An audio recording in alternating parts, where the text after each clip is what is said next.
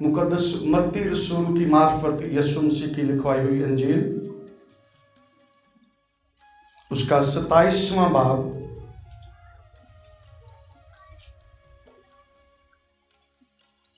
और उसकी 45वीं आयत से खुदा उनके कलाम मुकद्दस में से तिलावत करूंगा।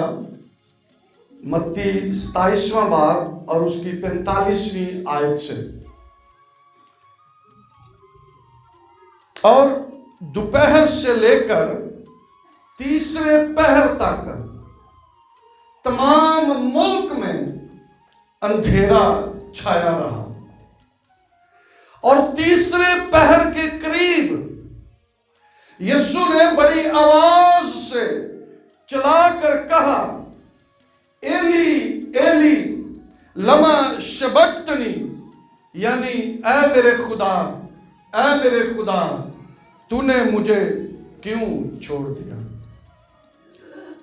जो वहां खड़े थे उनमें से बाज ने सुनकर कहा, ये एलिया को पुकारता है।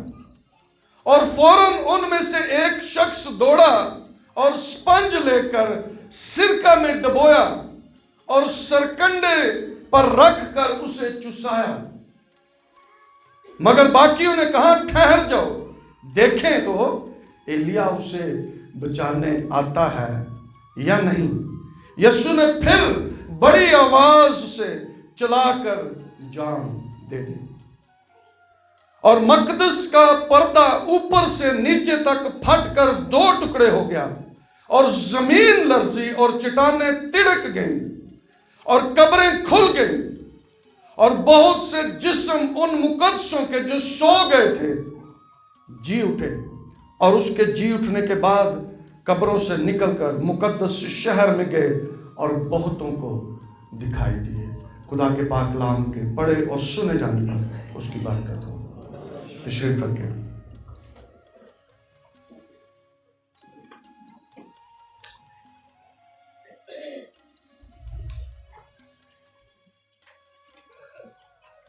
आज हम खुदा की हजूरी में एक बड़े अहम कलमे पर खुदा का कलाम सुनने जा रहे हैं। लेकिन हम बहुत दफा सुन चुके हैं, कलमात यहां पर अदा भी किए जा चुके हैं, बारहा इस पर बातचीत भी हो चुकी है। लेकिन इस कलमे को समझने की जरूरत है। यीशु मसीह की उस कुर्बानी को जानने की जरूरत है जो उसने सलीब पर अदा की। ये कहने से ज्यादा इसको समझना जरूरी है। और आप जानते हैं, मैं इस बात पर जोर देता हूं कि जब तक हम समझे ना, हम कुछ भी कर नहीं सकते।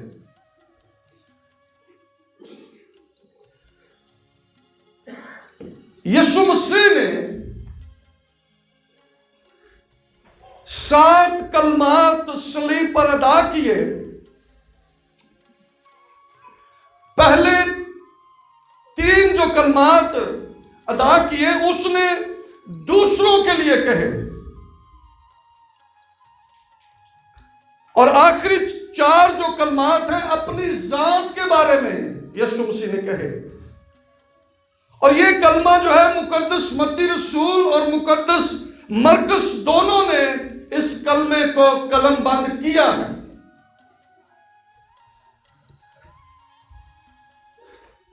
बहुत सारे लोग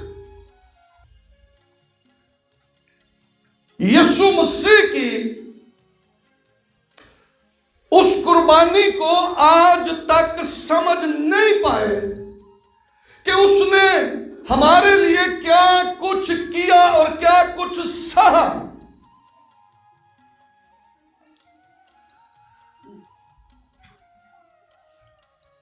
मां बाप जब उनके बच्चे छोटे होते हैं बड़ी मेहनत करते हैं, बड़ी कुर्बानियां देते हैं, पता नहीं क्या कुछ करते हैं, अपनी खुशियां जो हैं उनको दबा देते हैं, अपनी खुशियों को मलहूज़े खातर नहीं रखते, बल्कि वो अपने बच्चों को खुश देखना चाहते हैं, उनके लिए दिन रात मेहनत करते हैं। और जब बच्चे बड़े हो जाते हैं तो फिर उनको बताते हैं कि तुम्हें क्या पता कि हमने तुम्हारे लिए क्या क्या कुर्बानियां दी हैं या क्या क्या दुख सहे हैं। बच्चे सिर्फ शायद सुन सकते हैं लेकिन समझ नहीं पाते हैं। समझ उस वक्त पाते हैं जब वो खुद उनमें से गुजरते हैं, फिर उनको समझ आती है कि हमारे माँ बाप ने क्या कुछ हमारे लिए कुर्बानियां दी हैं। और हमने शायद अभी तक इन दुखों को समझा नहीं है जो यीशु मसीह ने हमारे लिए सहे। जो कुछ उसने सलीब पर बर्दाश्त किया, शायद बहुत कम लोग हैं जो उसको समझ पाए। और आज बहुत जरूरी है कि हम सिर्फ इस बात को थोड़ा सा समझ लेना। तो मैं कहता हूं कि हम सारी जिंदगी उसकी शुक्रगुजारी करते करते गुजार देंगे।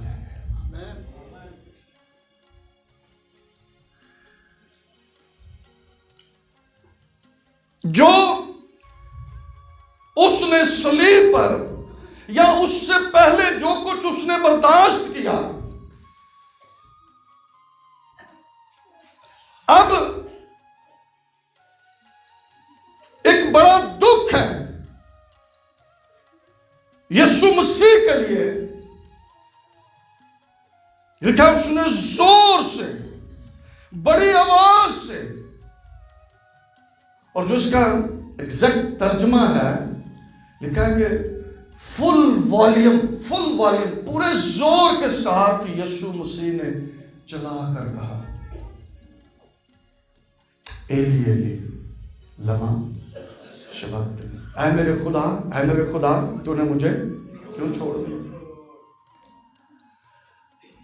पहला कलमा उसने अदा किया, ऐ बाप इनको मुआफ कर, ये नहीं जानते कि क्या करते हैं।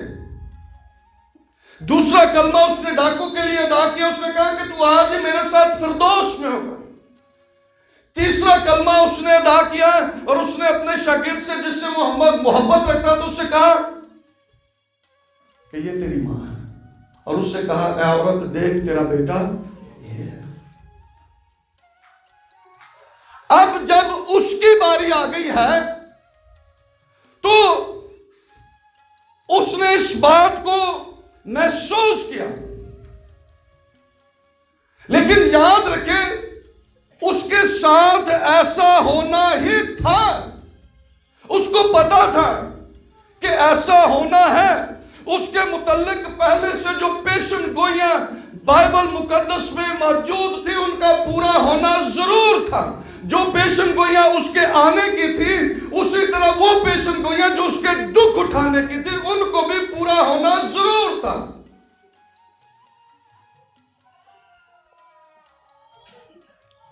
जब यीशु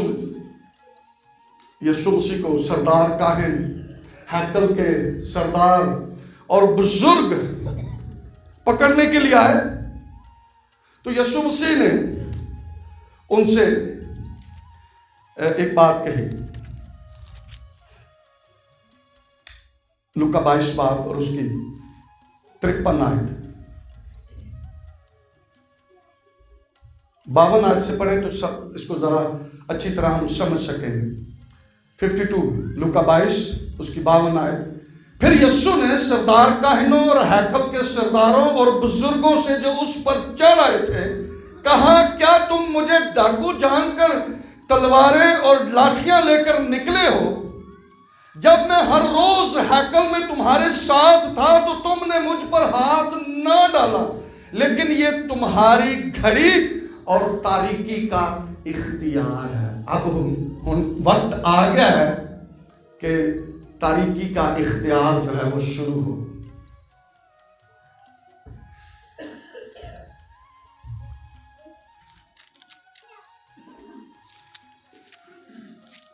आमोस नबी की मार्फत भी खुदा ने कलाम किया।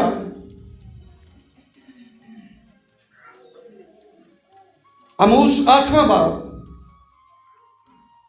उसकी 9वीं और 10वीं आयत लिखा है, और खुदावंद खुदा फरमाता है उस रोज आफताब दोपहर ही को गुरूब हो जाएगा और मैं रोजे रोशन ही में जमीन को तारीक कर दूंगा।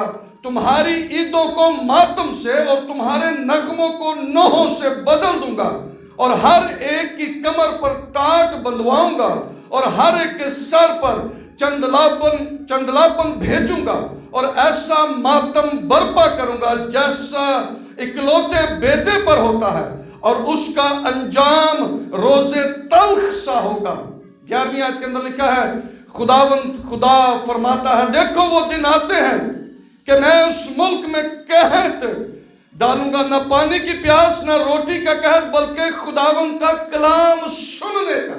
ये सब कुछ उसके मुतल्लिक पहले से पेशेंगोइयां मौजूद थी। उसको पता था कि ये सब कुछ होना है, इसीलिए उसने जान कनी की हालत में बाप से दरखास्त भी की कि बाप अगर हो सके तो ये प्याला टल जाए, लेकिन मेरी नहीं बल्कि तेरी मर्जी। उसको पता था कि ये सब कुछ इसी तरह होना है, लेकिन इसके बावजूद उसने ये सब कुछ बर्दाश्त किया, सहा। यीशु मसीह ने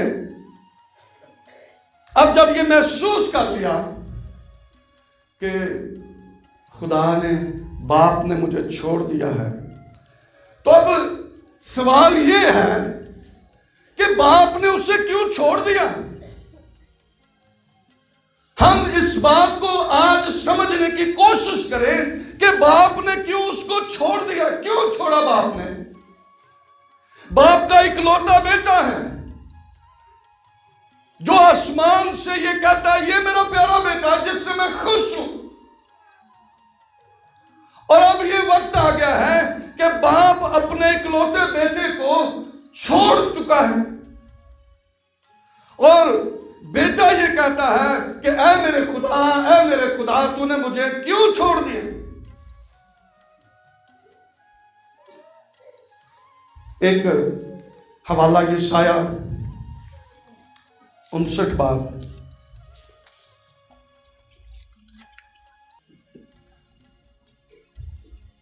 और उसकी दूसरी आयत लिखा है, बल्कि तुम्हारी बदकिरदारी ने तुम्हारे और तुम्हारे खुदा के दरमियान जुदाई कर दी है और तुम्हारे गुनाहों ने उसे तुमसे रुपोश किया, ऐसा कि वो नहीं सुनता। हमारे गुनाह खुदा को रुपोश कर देते हैं, खुदा हमसे दूर चला जाता है।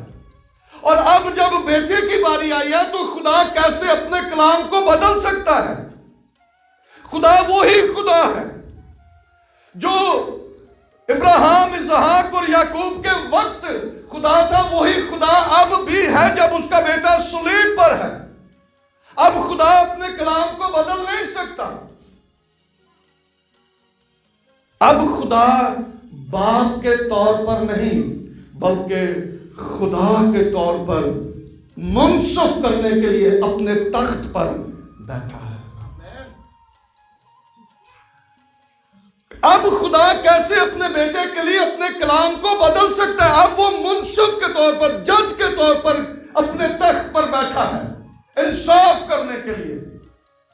और खुदा वो खुदा नहीं है कि जो इंसाफ का कत्ल कर दे, जैसा यहां पर इस दुनिया के अंदर होता है। खुदा ऐसा खुदा नहीं है।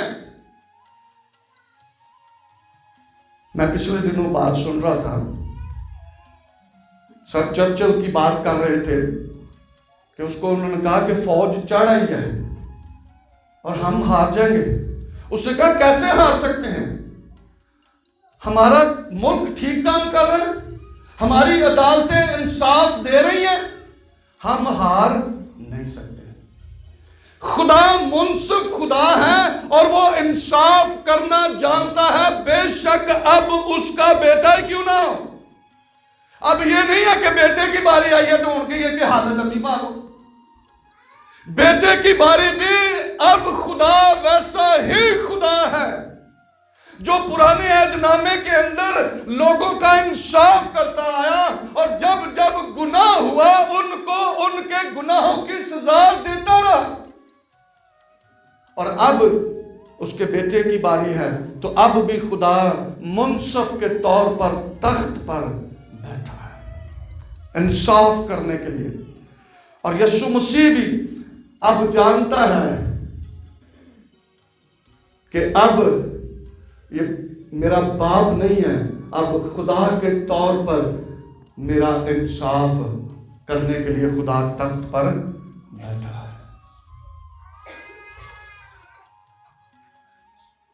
नोहा की किताब में से एक हवाला मैं पढ़ूंगा। कैसा खुदा बेइंसाफी को पसंद ही नहीं करता। खुदा मुंसफ है, इंसाफ करने वाला खुदा है। नोहा 3 बाब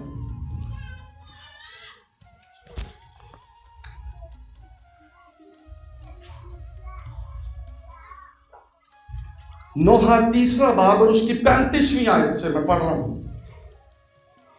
हक ताला के हुजूर किसी इंसान की हक तलफी करना और किसी आदमी का मुकदमा बिगाड़ना खुदावंद देख नहीं सकता। खुदा देख ही नहीं सकता कि किसी का मुकदमा बिगाड़ दिया जाए।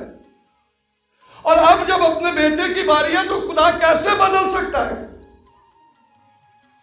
कैसे खुदा बेइंसाफी कर सकता है? कैसे? वो तो खुदा है, और अगर खुदा बदल जाए तो फिर इंसान खुदा के बारे में क्या कहेंगे कि खुदा ने तरफदारी की थी। हुण अपना बेटा आया सुना तो हुण पता लगा, लेकिन खुदा ने इंसाफ किया। खुदा ने इंसाफ किया। 39वीं आयत के अंदर लिखा है, बस आदमी जीते जी क्यों शिकायत करे जबकि उसके गुनाहों की सजा मिलती हो। किनकी गुनाहों की सजा? यीशु मसीह ने तो कोई गुनाह नहीं किया था, लेकिन वो प्याला जो गुनाह का, जो मेरे और आपके गुनाह उसके ऊपर आने थे, जहान के गुनाह उसके ऊपर आने थे, उन गुनाहों के सबब से उसको अब सजा भी मिलना वाजिब थी कि उसको सजा मिलती, क्योंकि अब गुनाह जो है यीशु मसीह पर आ चुके हैं, और जब गुनाह उस पर आ चुके हैं तो अब खुदा को इंसाफ करना है। और ये इंसाफ देखें जरा क्या लिखा है, और दोपहर से लेकर तीसरे पहर तक तमाम मुल्क में अंधेरा छाया। तमाम मुल्क में। यूनानी जुबान का जो लफ्ज यहां पर इस्तेमाल किया गया है, ये सिर्फ उस मुल्क की बात नहीं हो रही है। यूनानी में जो लफ्ज इस्तेमाल किया गया उसका मतलब है गे, GEI, गे, जिसका तर्जमा मुल्क नहीं है बल्कि पूरी जमीन है। तमाम जमीन पर अंधेरा छाया रहा।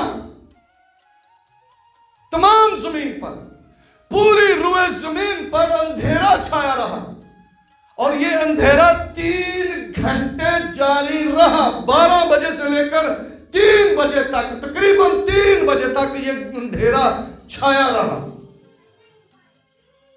और अब जब अंधेरा छाया है, कलाम मुकद्दस के मुताबिक ये तारीकी किसी गहरे बादल का नतीजा नहीं है कि बदली आ गई तो अंधेरा हो गया।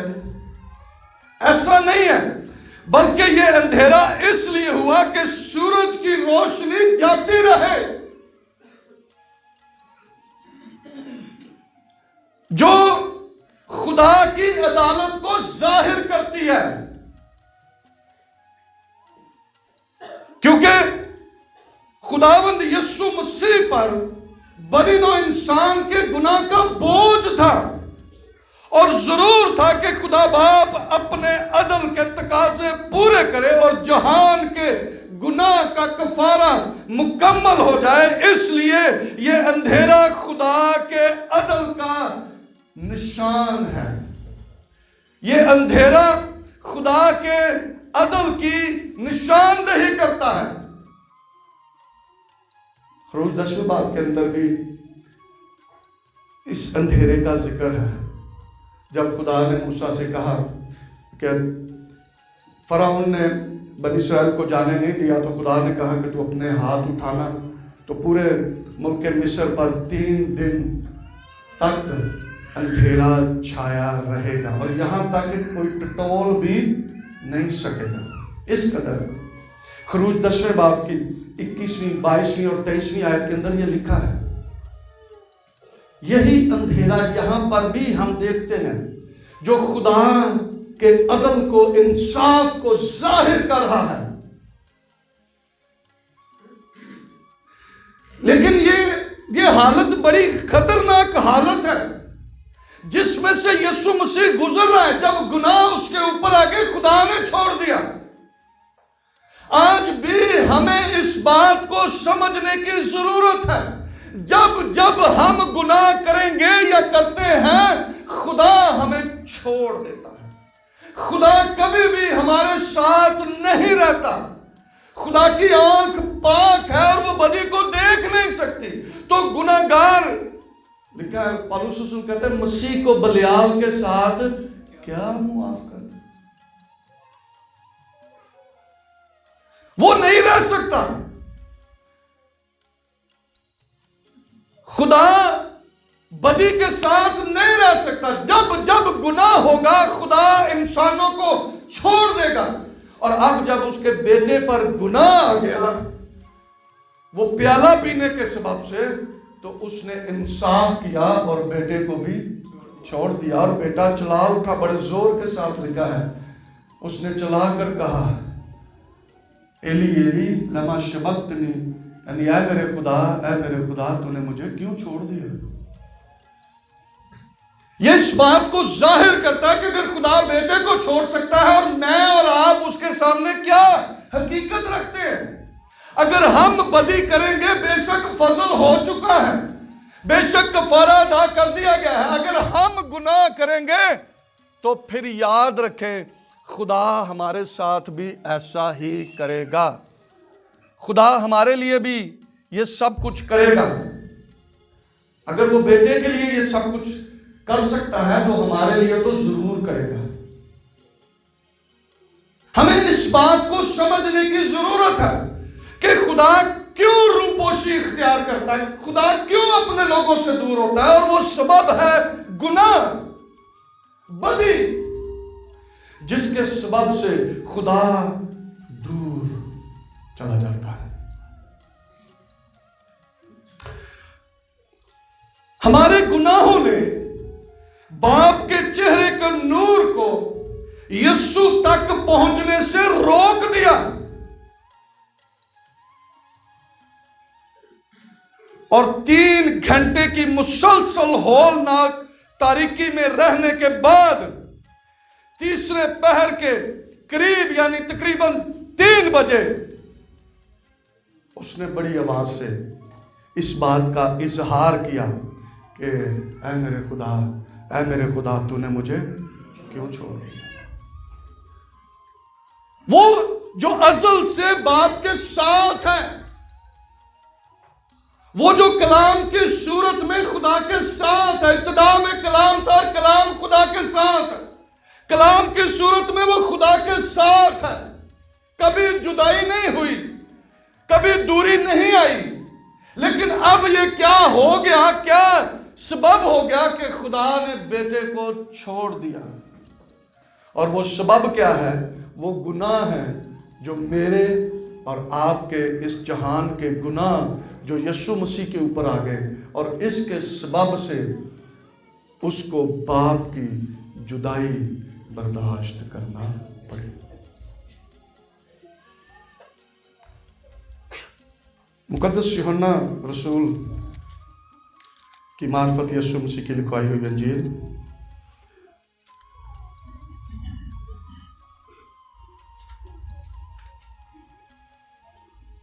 और उसकी 29वीं आयत लिखा है, और जिसने मुझे भेजा वो मेरे साथ है। यीशु मसीह ने खुद कहा, जिसने मुझे भेजा वो मेरे साथ है, उसने मुझे अकेला नहीं छोड़ा, क्योंकि मैं हमेशा वही काम करता हूं जो उसे पसंद आते हैं। यीशु मसीह ने खुद कहा, उसने मुझे कभी नहीं छोड़ा, मैं वो काम करता हूं जो खुदा को पसंद आते हैं।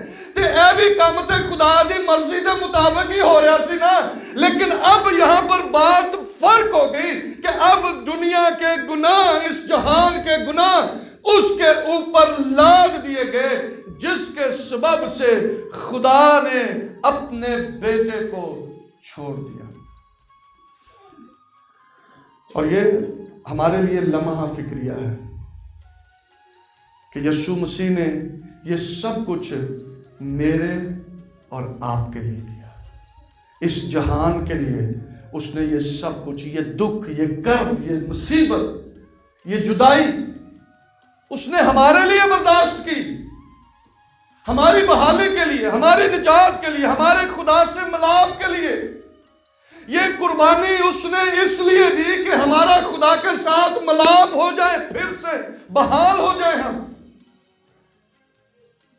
बेशक जिस्मानी दुख तो थे ही, उसको मारा गया, उसको लान तान किया गया, उसके सर पर कांटों का ताज, हाथों पांव में कील ठोके गए, ये सब कुछ तो था ही। लेकिन अब जो उसके लिए बहुत ज्यादा कर्मनाक बात थी वो ये थी कि बाप की जुदाई, जिसके लिए उसको बड़ी आवाज से चिल्लाना भी पड़ा, क्या मेरे खुदा, ऐ मेरे खुदा, तूने मुझे क्यों छोड़ दिया। इसके पीछे वो मोहब्बत है, इसके पीछे वो कफारा है, जिसके दिए बगैर हमारा खुदा के साथ मिलाप होना नामुमकिन, मुश्किल काम था। लेकिन यीशु मसीह ने वो काम किया, वो होने दिया, उसने बाप की जुदाई को बर्दाश्त किया, उस दुख कर्ब में से गुजर गया, ताकि हमारा खुदा के साथ मिलाप हो जाए।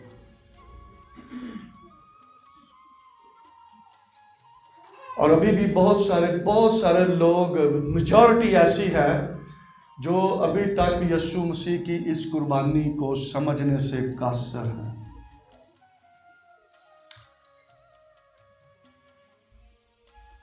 लिखा है यशायाह की मार्फत,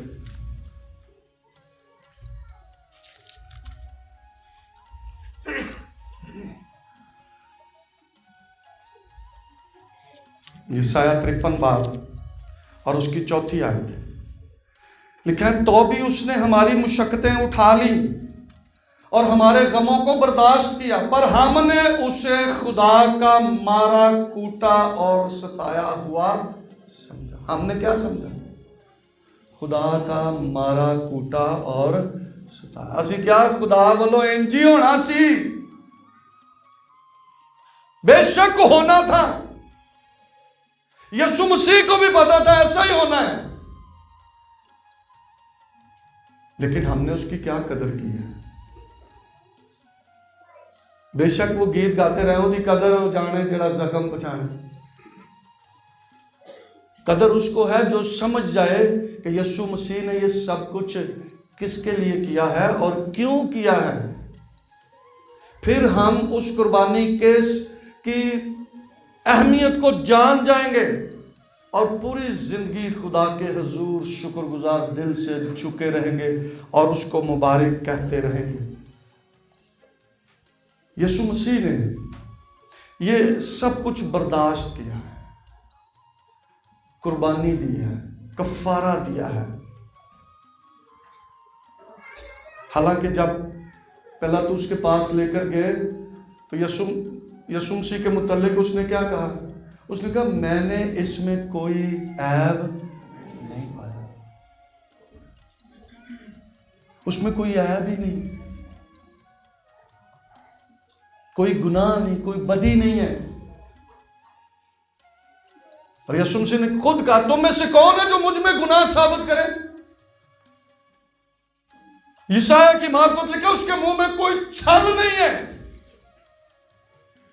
वो पाक बेऐब, जिसकी बाबत यूहन्ना कहता, देखो खुदा का बरा जो जहान के गुनाह उठा लिए जाता है। ये बेऐब पाक बर्रा है, इसमें कोई गुनाह नहीं, कोई बदी नहीं है। लेकिन हमारे गुनाहों को लेकर ये सलीब पर चढ़ गया, हमारे लिए बदी नहीं बल्कि गुनाह बन गया, ताकि हम खुदा से मेल मिलाप कर सके। उसके वसीला से वो हमारा इवजी बन गया, दरमियानी बन गया।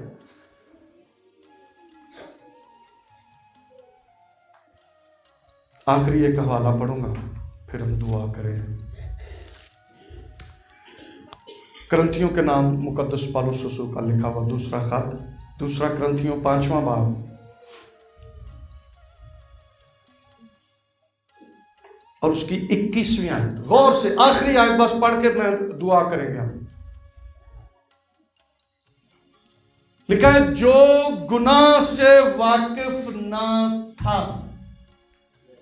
जो गुनाह से वाकिफ ना था, उसी को उसने हमारे वास्ते गुनाह ठहराया, ताकि हम उसमें होकर खुदा की रास्तबाजी। आमीन, आमीन। अब मैं समझता हूं यीशु मसीह की इस कुर्बानी, इस कफारे के लिए हमें उसकी शुक्रगुजारी करनी है। और आए हम ताली बजाकर इसका इकरार भी करें कि उसने हमारे लिए बहुत उत्तम कुर्बानी दे दी। हमारे लिए वो जो गुनाह से ना वाकिफ था, हमारे लिए गुनाह बन गया। हमारे लिए लिखा है, जो गुनाह से वाकिफ ना था, उसी को उसने हमारे वास्ते गुनाह ठहराया, ताकि हम उसमें होकर खुदा की रास्तबाजी हो जाए। ये है कुर्बानी यीशु मसीह की, जो उसने मेरे और आपके लिए दी है, इस जहान के लिए दी है। और उसका सबब क्या है कि वो हमारी खातर गुनाह बन गया, हमारी खातर उसने बाप की दूरी को भी बर्दाश्त किया, ताकि हम क्या हो जाएं, उसमें होकर खुदा की रास्तबाज। हमें रास्तबाज बनाने के लिए, हमें मुकद्दसों के खानदान, उसके हम वतन बनाने के लिए, खुदा के खानदान में शामिल करने के लिए यीशु मसीह को ये सब कुछ करना पड़ा। लेकिन अब जरूरी ये बात है कि हम इसको समझें कि हम इसका रिस्पॉन्स, जवाब क्या देते हैं। हमें समझ आ गई है कि यीशु मसीह ने ये क्यों किया, और उसको चलाना भी पड़ा जोर से, ऐ मेरे खुदा तूने मुझे क्यों छोड़ दिया। वो सब कुछ उसने हमारे लिए बर्दाश्त किया, और हमने उसकी क्या कदर जानी है, क्या उसकी कुर्बानी की क्या कीमत हमने अदा की है। क्या हमने उसको अपनी जिंदगियां दे दी हैं? क्या हमने उसको अपना खुदावंद कबूल कर लिया है? क्या हमने इस कुर्बानी को दिल से कबूल कर लिया है कि यीशु मसीह ने हमारे लिए ये कुर्बानी दी है ताकि मेरा खुदा के साथ मिलाप हो जाए और मैं खुदा की रास्तबाजी बन जाऊं? अगर नहीं तो आए इकरार करें आज। यीशु मसीह ने आपके लिए जिस्मानी और रूहानी दुख बर्दाश्त किए, और हमने उसको क्या जवाब दिया है। आए अपने सरों को झुकाएं, अपनी आंखों को बंद करें और हम दुआ